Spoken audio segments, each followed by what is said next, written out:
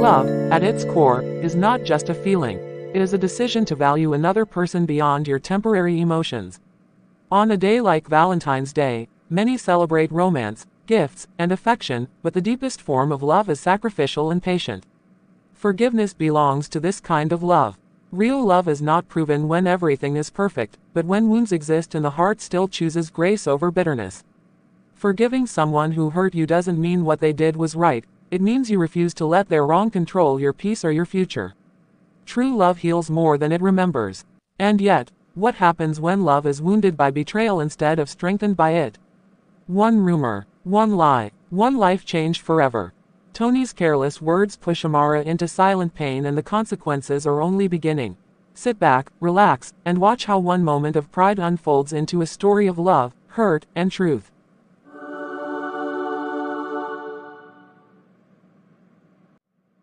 Time heals all wounds. But they never talk about the ones that bleed on the inside. The kind of wounds that don't come from blades or bruises, but from words spoken behind your back. From love that turns its face away. From betrayal that comes dressed as trust. You see, forgiveness. That noble, sacred word is easy to whisper when the pain belongs to someone else.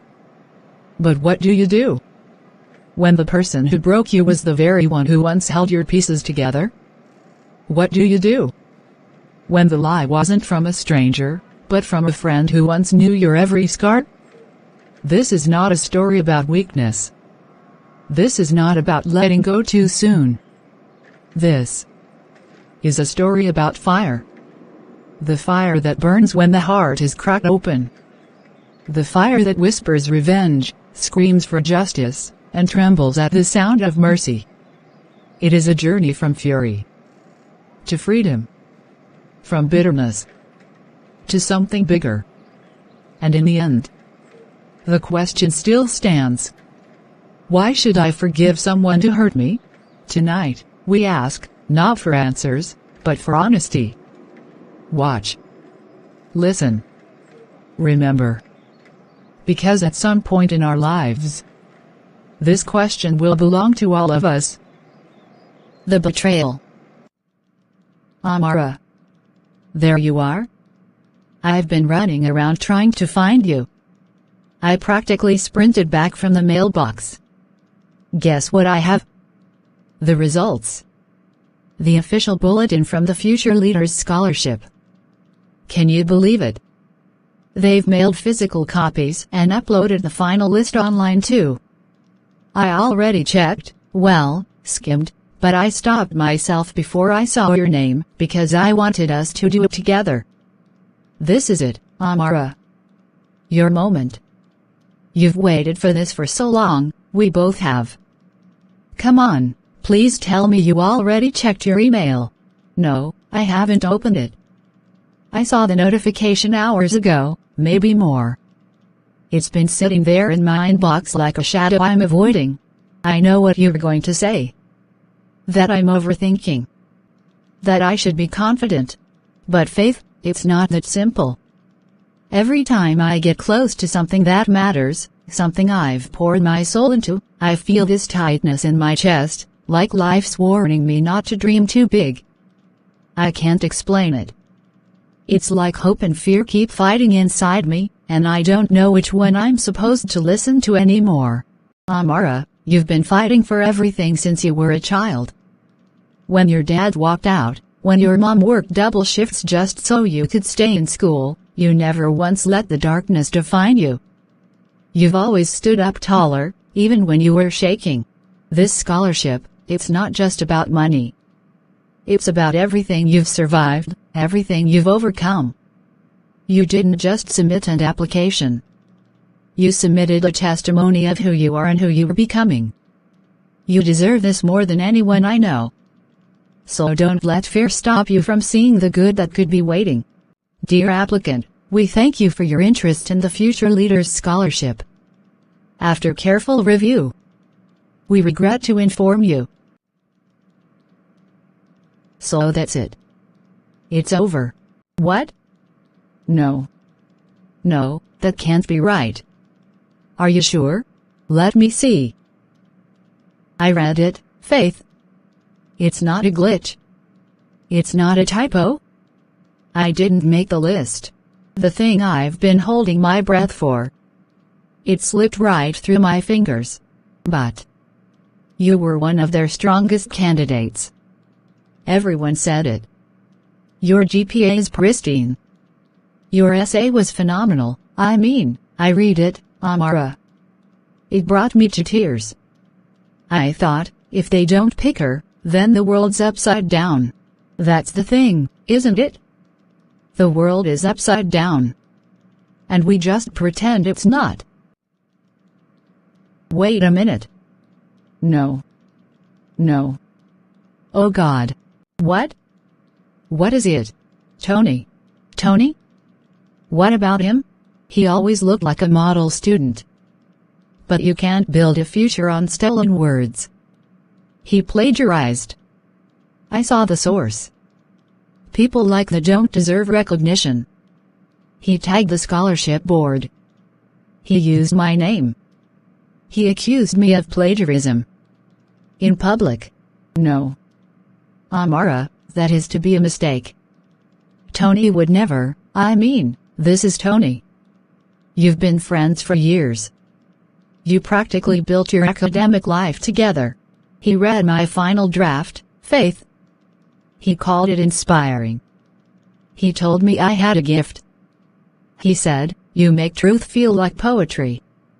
I believed him. I trusted him. And now, he's dismantling me, brick by brick, in front of everyone. Maybe someone hacked his account, or... No. Don't do that. Don't try to explain this away. This is him. I know his voice, I know his writing style.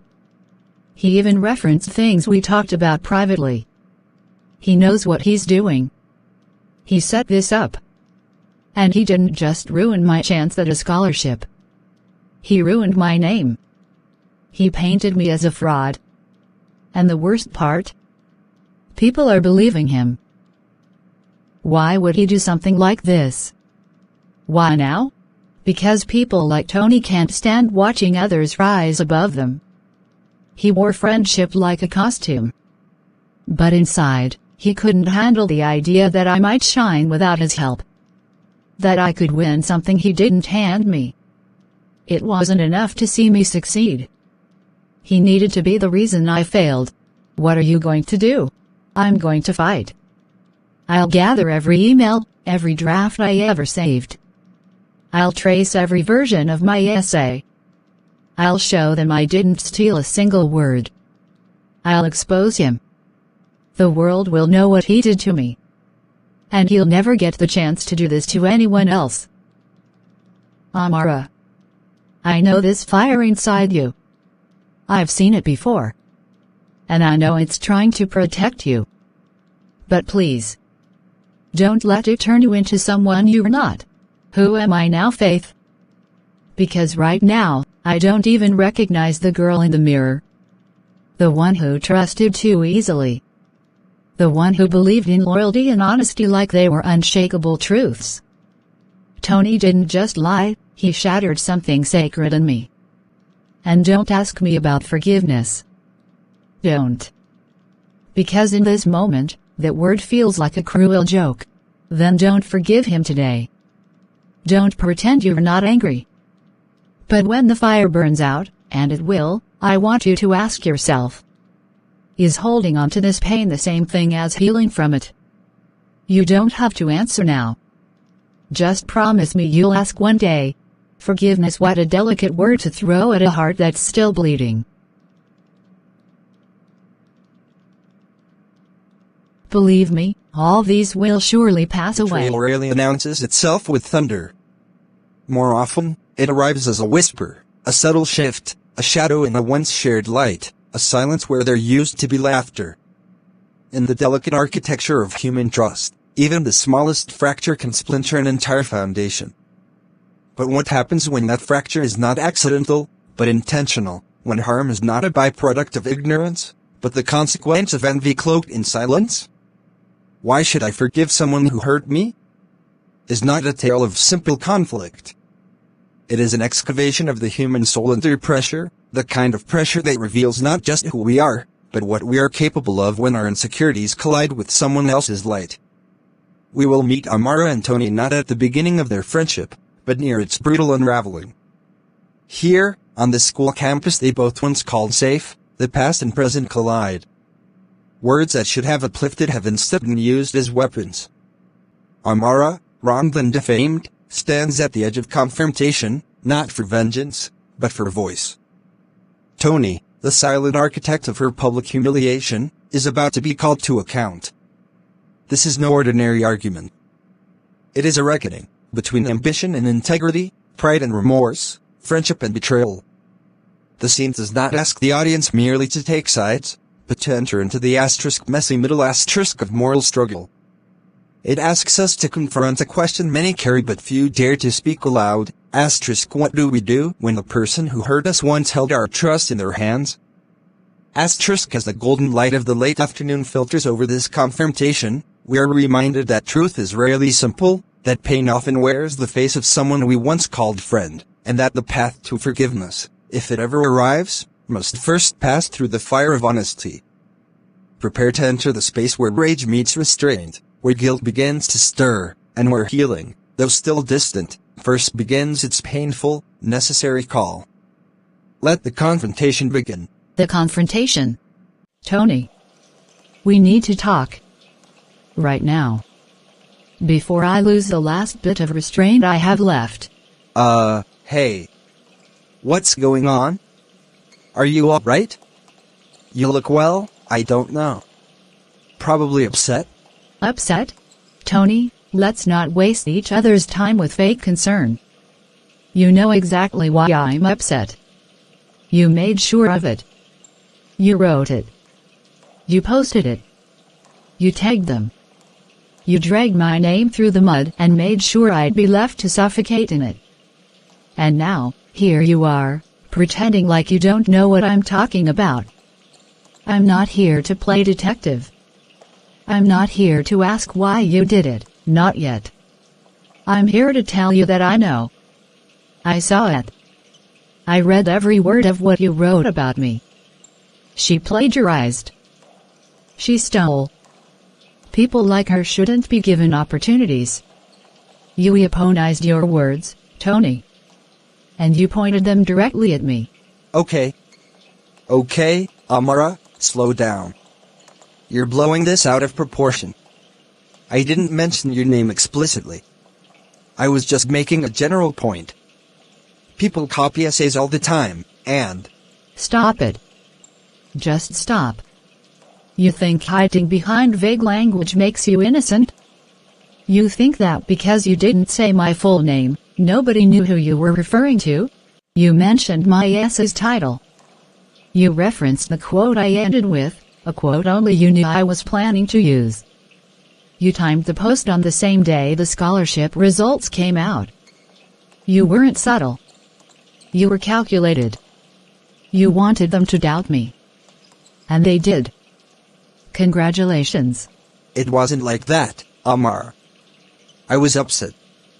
I was frustrated. You weren't the only one who applied, you know. I worked hard too. And when I heard people talking about your essay like it was the greatest thing ever written, I snapped.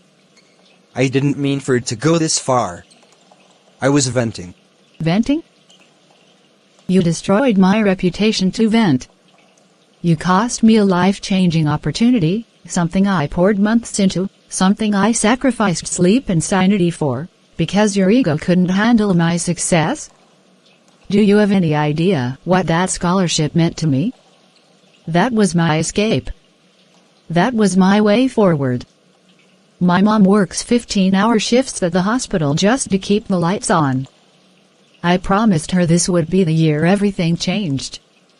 I gave her hope, Tony. And you snatched it away and stepped on it like it was nothing. I didn't think they'd take it seriously. I just thought, maybe if they had doubts, they'd look more closely. Maybe they'd see I deserved it too. You always got the spotlight, Amara. Always the applause. Always the admiration. And me? I was just the sidekick. The quiet helper. The shadow in your victories. Do you know what that does to someone? You think you were invisible?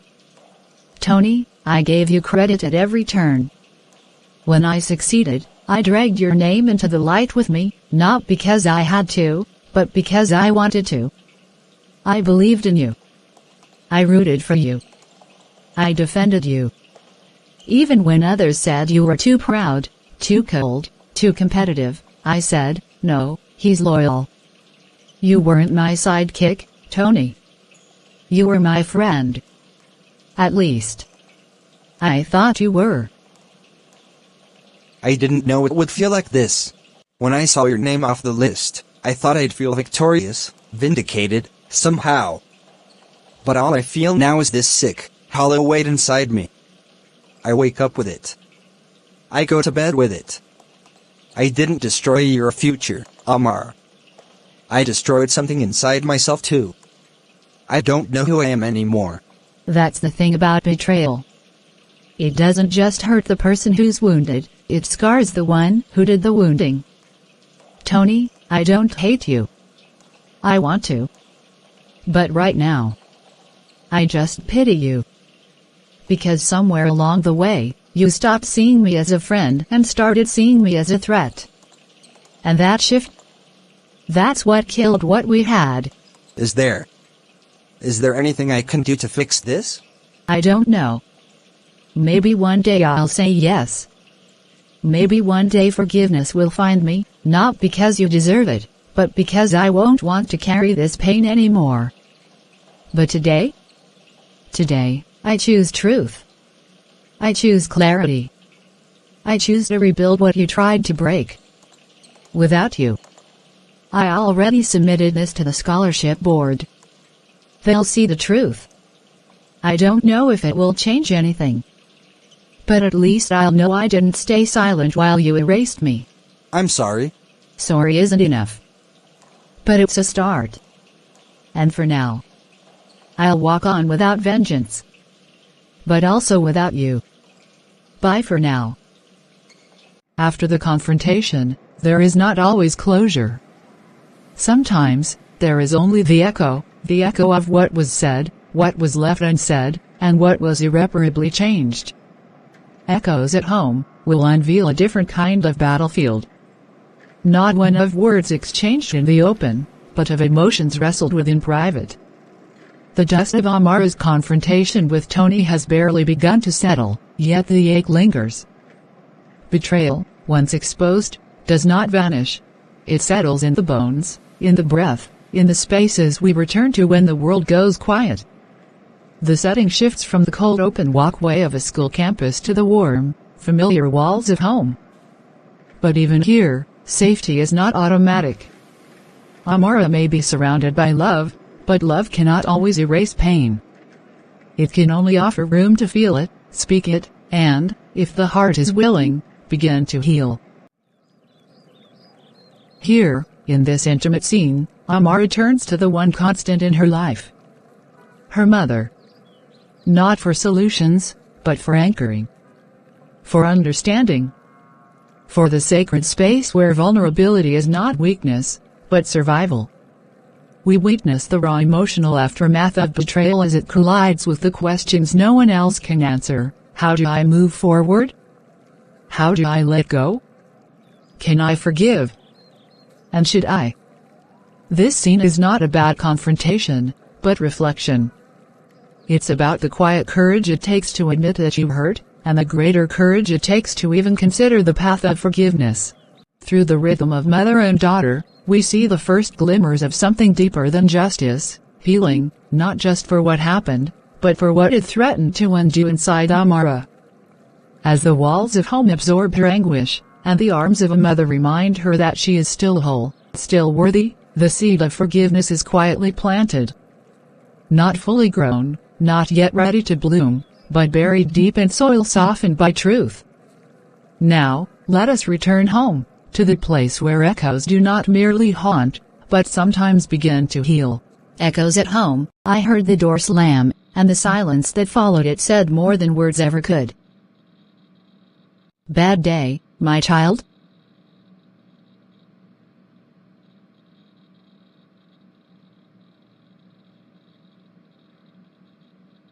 Child. What's eating you up? It wasn't a bad day, Mother. It was a day that reminded me just how cruel people can be. It was the kind of day that chips away at whatever's left of your belief in loyalty, in friendship, in fairness. That sounds like heartbreak with a side of betrayal. Tell me, child. Unload it. We carry too much alone in this house. It was Tony. He accused me. Online. Indirectly, but so obviously me. He made it seem like I plagiarized my scholarship essay. And now, everyone's whispering. Doubting. I didn't even get a chance to defend myself before the rejection came. They pulled the plug on everything. I was humiliated, quietly. No press release. Just silence. Tony. You're Tony? The one who used to bring Suya after study sessions? The one you said made you feel seen, heard, understood? Yeah. That Tony. Turns out, he saw me as competition. Not a friend. And the moment he felt I got something he didn't, he stabbed me with words. Words designed to destroy me quietly. Calculated. Controlled. Cruel. You know, there's a kind of betrayal that cuts deeper than others, the one that comes from those we let into our hearts. Because it doesn't come with noise. It comes with silence. It comes with the breaking of a trust we didn't think could be broken. That silence echoes, doesn't it? It's deafening, Mother. Do you know what it's like to walk down a hallway and feel 300 eyes on your back, but no mouths willing to speak to you? No one confronted me. No one asked. They just assumed. Because one bitter boy put out a seed of doubt, and they watered it with their silence. He didn't just lie. He built a narrative. And now I'm trapped in it. And yet, here you are. Still standing. Still speaking. That's something. The first time I realized people could lie about you and still smile at you. I was 23. Your aunt accused me of stealing fabric from her shop. She told the whole family. And nobody asked for my side. They just looked at me differently. I spent years avoiding family functions. Until one day, I realized, her lie was living longer than the truth, because I stopped speaking. And so I decided to live louder. What did you do? I walked into her shop on Christmas morning, uninvited. I brought gifts. I brought peace.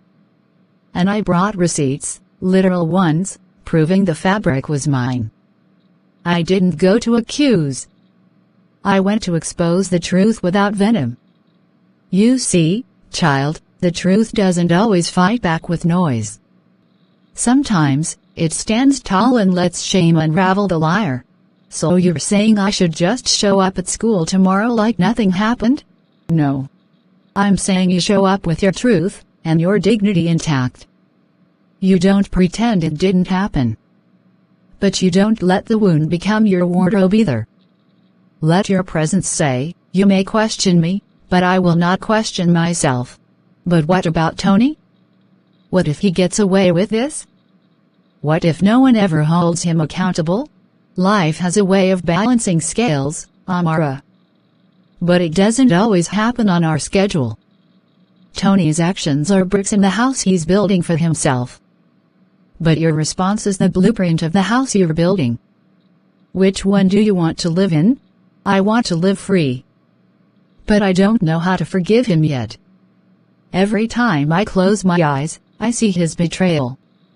It's like a shadow in my chest. Then don't forgive him yet. But start the journey. Forgiveness is not a door you swing open in one go. It's a hallway. Some walk it in a day. Others crawl for years. But every step away from bitterness is a step toward healing. And when you're ready, when the shadow no longer controls the room, you'll forgive, not because he deserves it, but because you do. Will it ever stop hurting? It won't stop hurting overnight. But one day, the hurt will fade into a scar. And scars don't ache every day. They just remind you of how far you've come.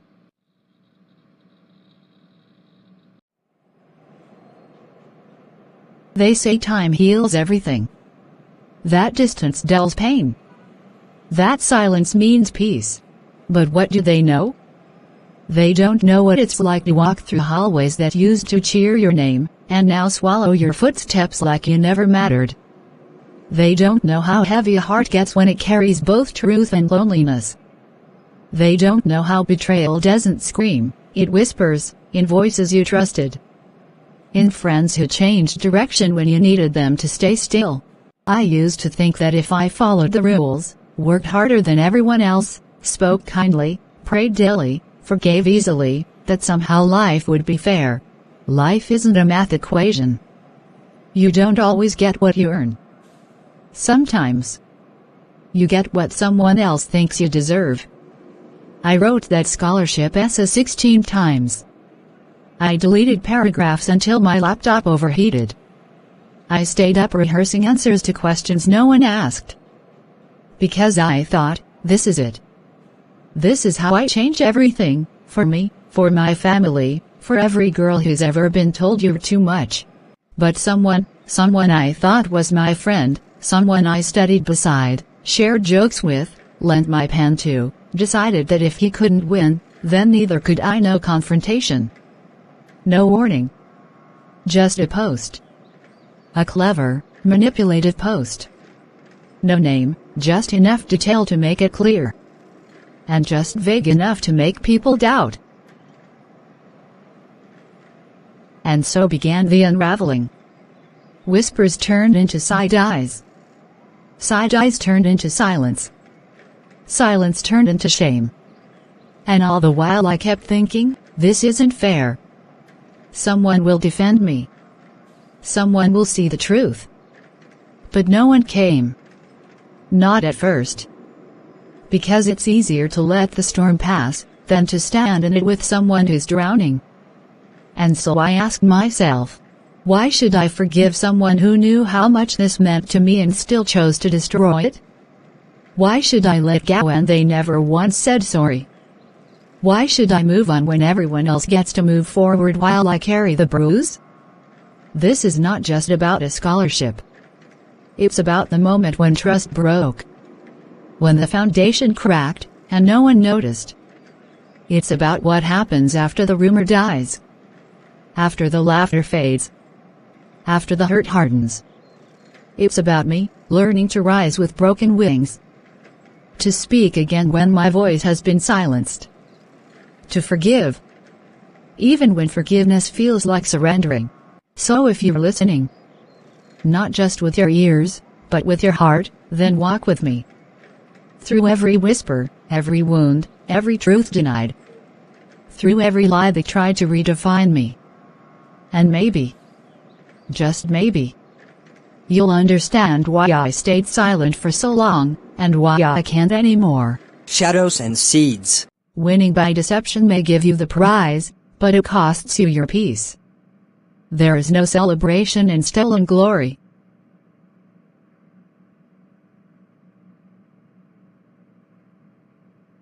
Wow.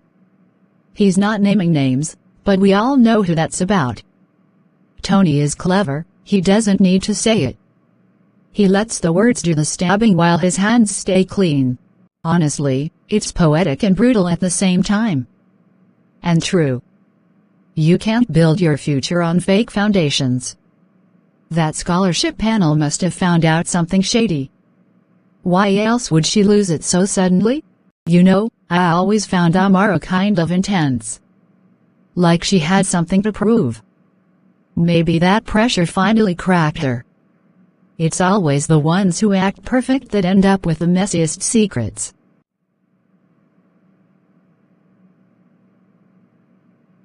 Interesting. So now you're all detectives and psychologists, huh? Judging someone's entire worth based on a post and your assumptions? Tell me, when did Tony become the Supreme Court of Truth? Because the last time I checked, accusing someone indirectly is still cowardice. And believing it without question. That's worse. Faith, calm down. We're just talking. This isn't that deep. People are curious. People talk. You can't expect us to ignore something that public. Not that deep. You were talking about someone's reputation. You were talking about a girl who gave everything she had to this school, to leadership, to academic excellence, to helping people like you when you were struggling. And you're reducing her to a few vague lines and whispers.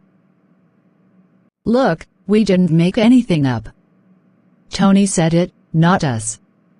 We're just connecting the dots. Then maybe you need a better pen. Because your dots don't connect truth, they connect gossip. And gossip is lazy thinking. It's the kind of talk people spread when they don't have the courage to ask questions, or the heart to care about answers. What has Amara ever done to deserve this humiliation?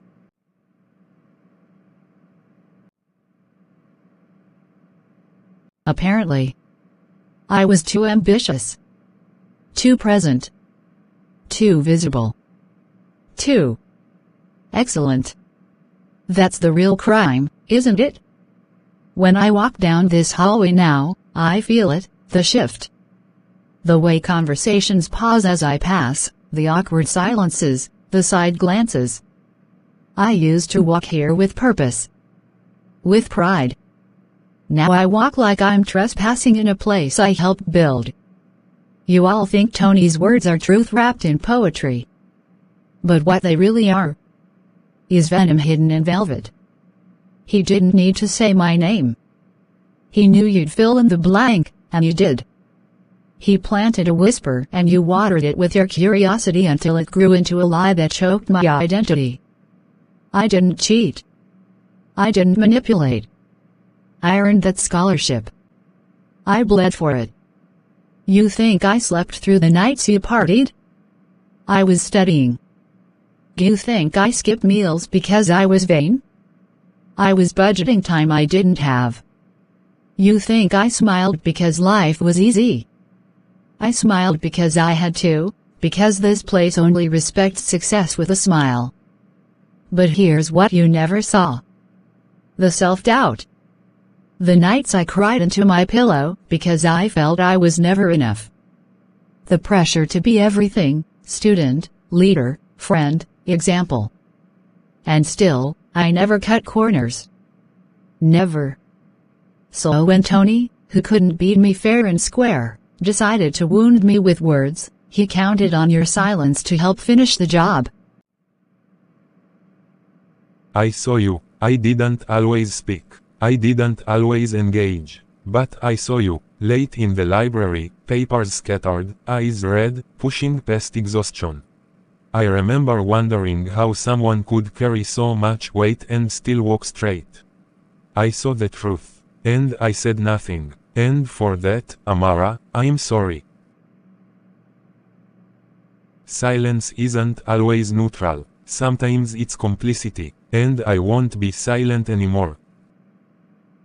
Thank you, Paul. You have no idea what it means to finally hear someone say I saw you. Because lately, I've felt invisible in every room I enter. To those of you who joined the gossip, you may think words are harmless, but they are not. They are weapons. And when wielded without truth, they destroy. I want you to remember this moment. Because one day, someone will do to you what Tony did to me. And you'll look around for defenders, only to find people whispering your downfall. I'm not asking for pity. I'm asking for accountability. And maybe, in time, forgiveness. But not for Tony. Not yet. For myself, for carrying shame that was never mine to begin with. In the corridors of power, silence is a strategy. In the halls of learning, it should be a sin. Yet somewhere between the two lies a place called school. A paradox dressed in uniforms and half-formed dreams. This is Crispy High School. Not a school built on cruelty. No. But one shaped by reputation. By the weight of tradition, by the politics of convenience. Within these walls, lessons are taught. But not all are written on whiteboards. Some are whispered in corners. Some are burned into the silence of those who should have spoken, but didn't. Today, we descend into the staff room, that quiet theater of compromise and quiet conviction. Two teachers will meet. One burdened by years of surviving the system, the other brimming with fire, unwilling to pretend. They will speak of Amara, a student, too bright for the shadows. Now targeted not by proof, but by rumor. And the power of a single post. They will wrestle with what it means to be a teacher, not just a conveyor of facts, but a guardian of justice. A witness to wrong. A voice when silence becomes betrayal. And yes, Tony will be named. Golden boy. Son of influence. Author of a truth that wounds without proof. So what will they do? Will they bend, like so many before? Or will they stand, even if it costs them everything? At Crispy High School, like in life, truth is expensive. But there are still those who pay. Let us begin. You've been there so long, I half expected the glass to start fogging from the heat of your silence. I recognize that posture, you know.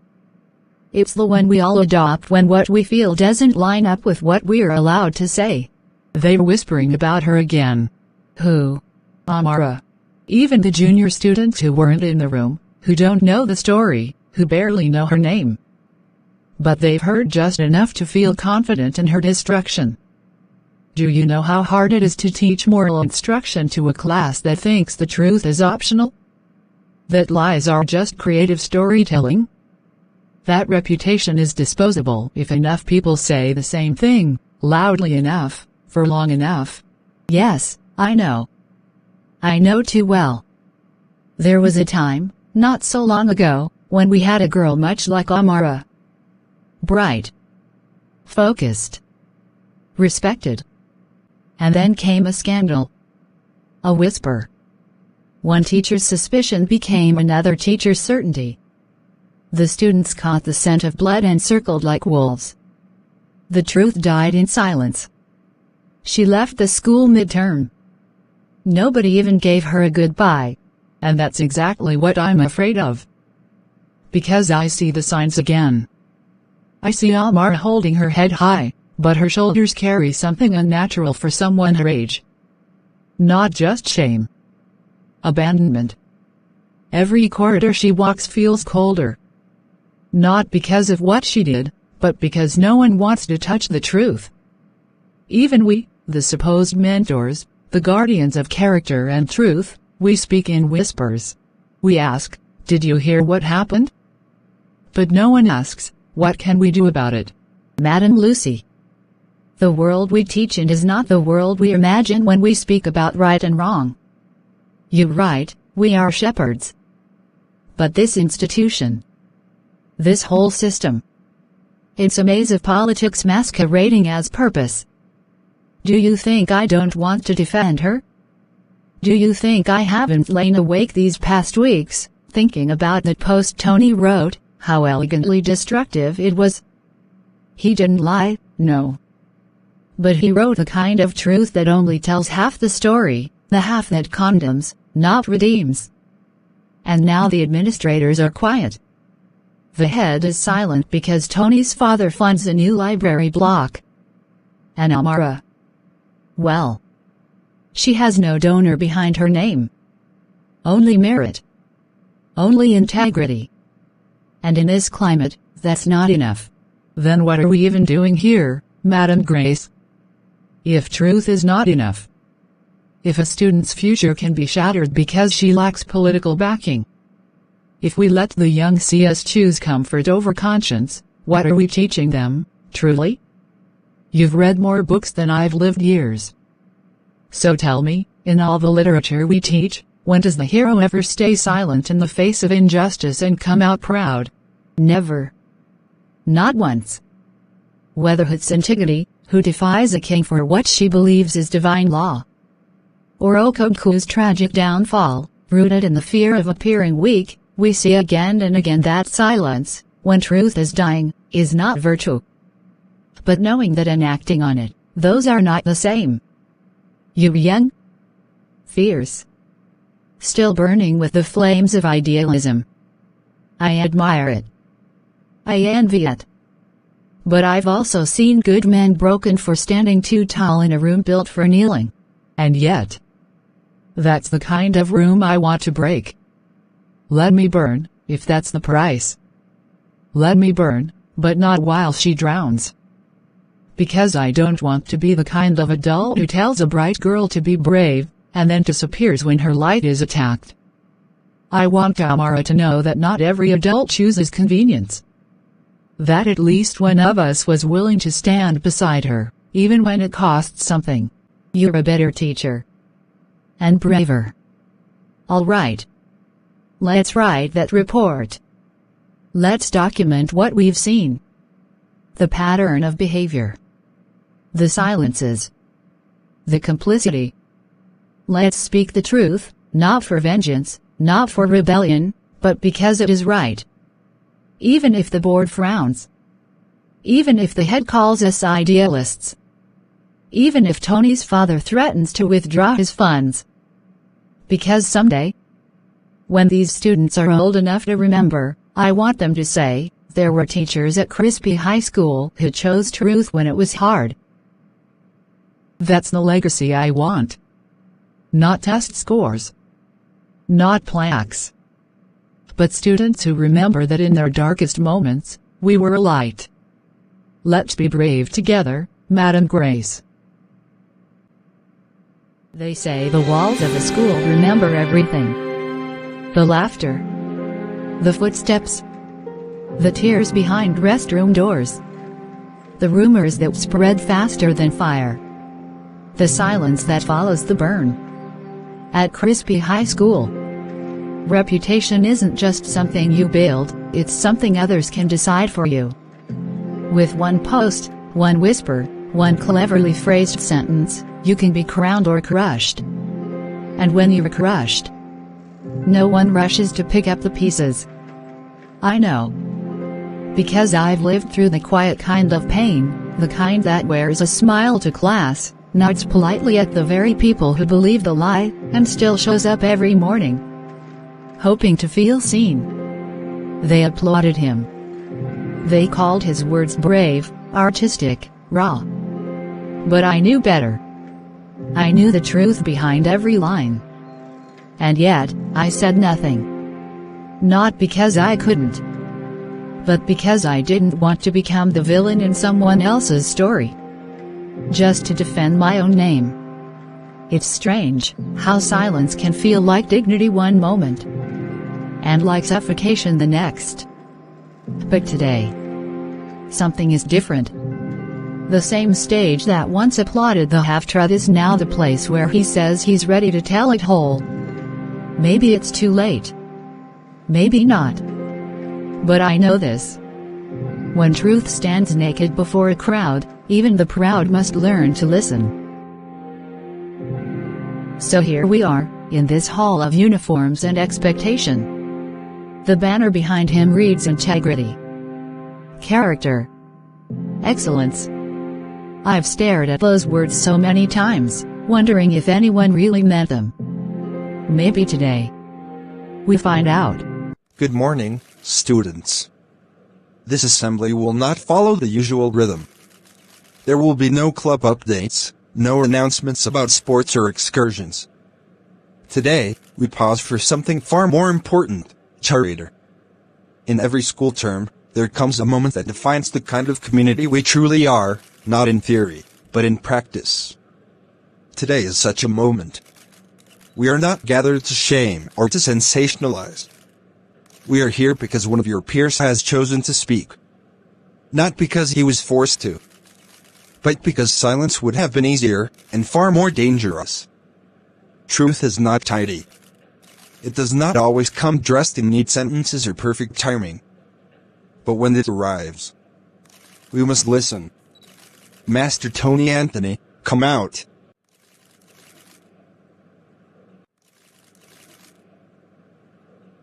Good morning, everyone. I know this isn't the usual start to a Monday assembly.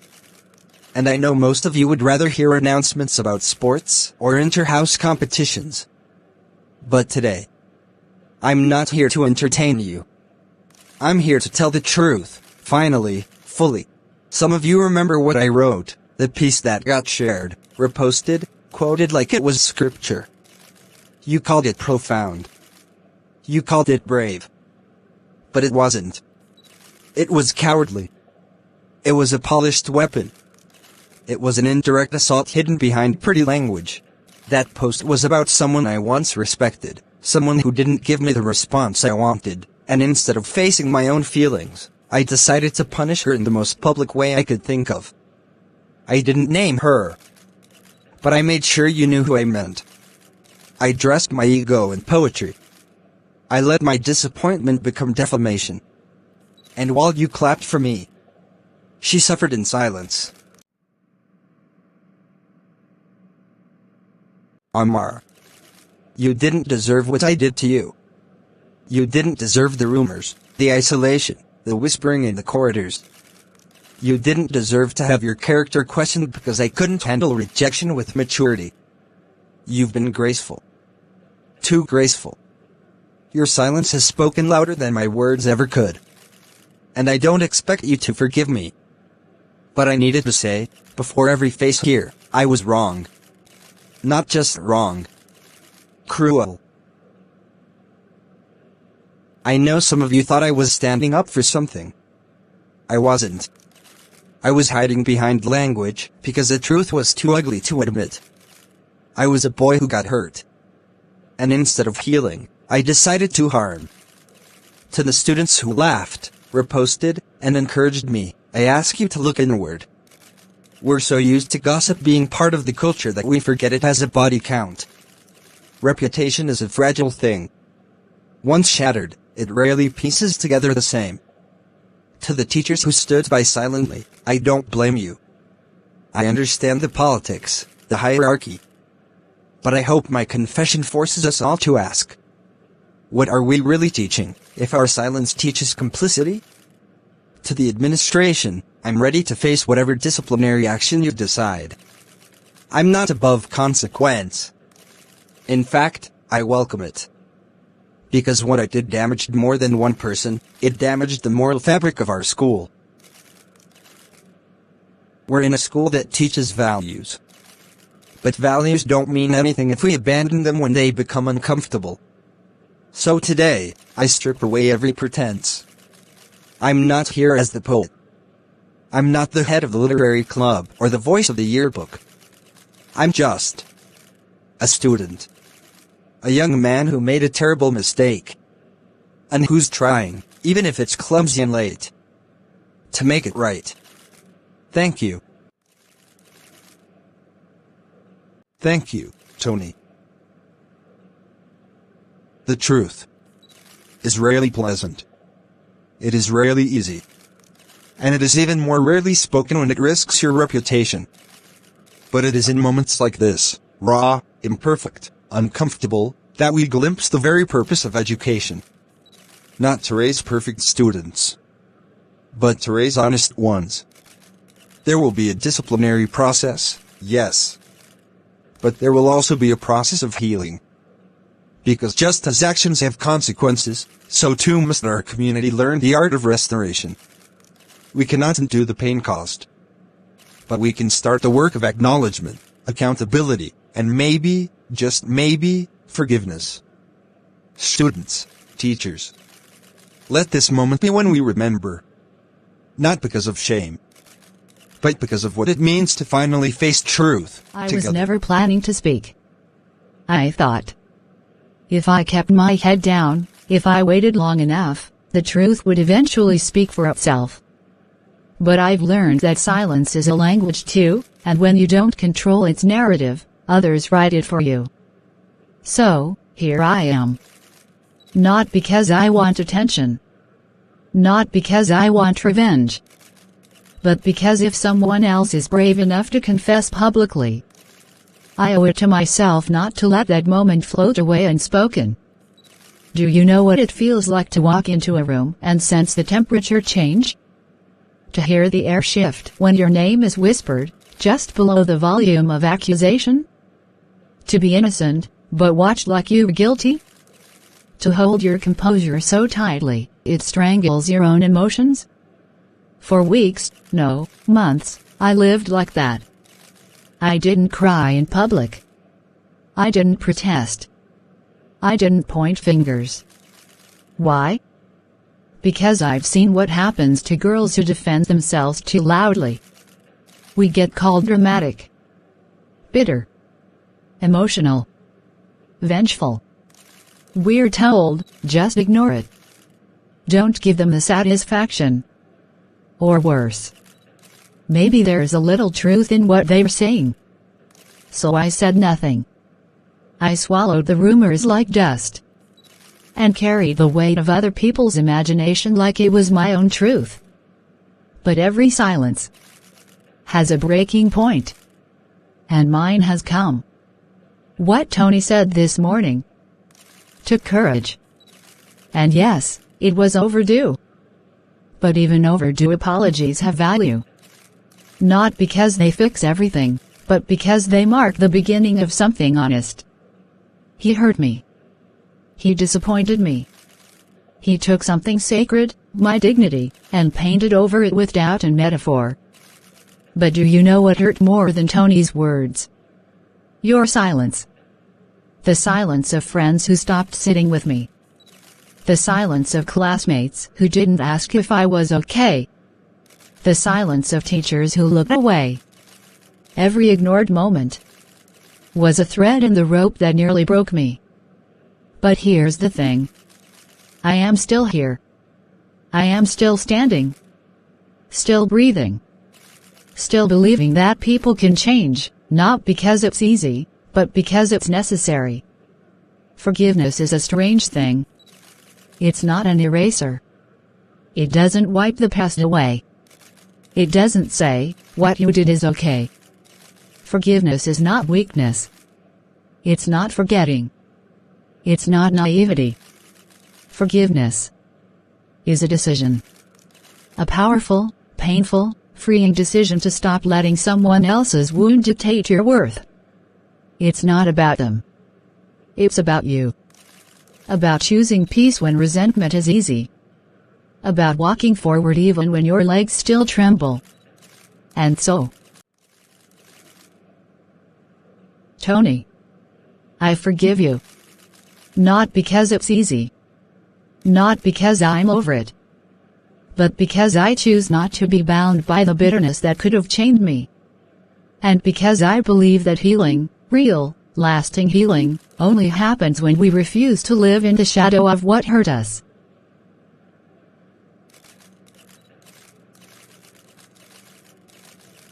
I didn't speak for a long time, because I thought silence was strength. But I realize now, voice is strength. And today, I reclaim mine. So if anyone here is carrying wounds they never deserved, if anyone here is hiding behind silence, afraid they'll be judged for telling their truth, know this. You are not alone. You are not what they said. And your story is not over.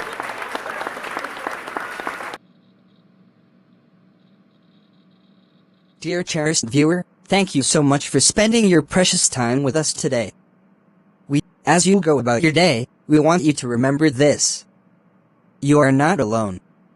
You are not forgotten. You are deeply loved by God. No matter what season of life you're walking through, be it a mountaintop of joy or a valley of tears, know that God is still writing your story. This channel isn't just about content, it's about community. A family. A faith-driven movement of people just like you, pressing forward, growing deeper, and shining brighter in a world that often feels dark. Whether you're watching us early in the morning before heading out, during a quiet lunch break, or winding down before bed, our prayer is that each video speaks life into your spirit, strengthens your walk, and encourages you to become all God has destined you to be. So, before you go, here's what we'd love you to do. Like this video if it blessed you, it helps others find this message. Share it with someone who needs encouragement. You never know whose life you might change today. Subscribe and turn on notifications, so you never miss any of the uplifting content we are preparing just for you. Engage with us in the comments. Your thoughts, testimonies, and feedback could be the words someone else needs to hear. Pursuit of purpose. Pursuit of a revived and abundant life. So, keep pressing on. Keep believing. Keep growing. And stay connected. Until next time, may God's face shine upon you, may His peace guard your heart, and may His word continue till see you in the next video. Don't just watch. Journey with us.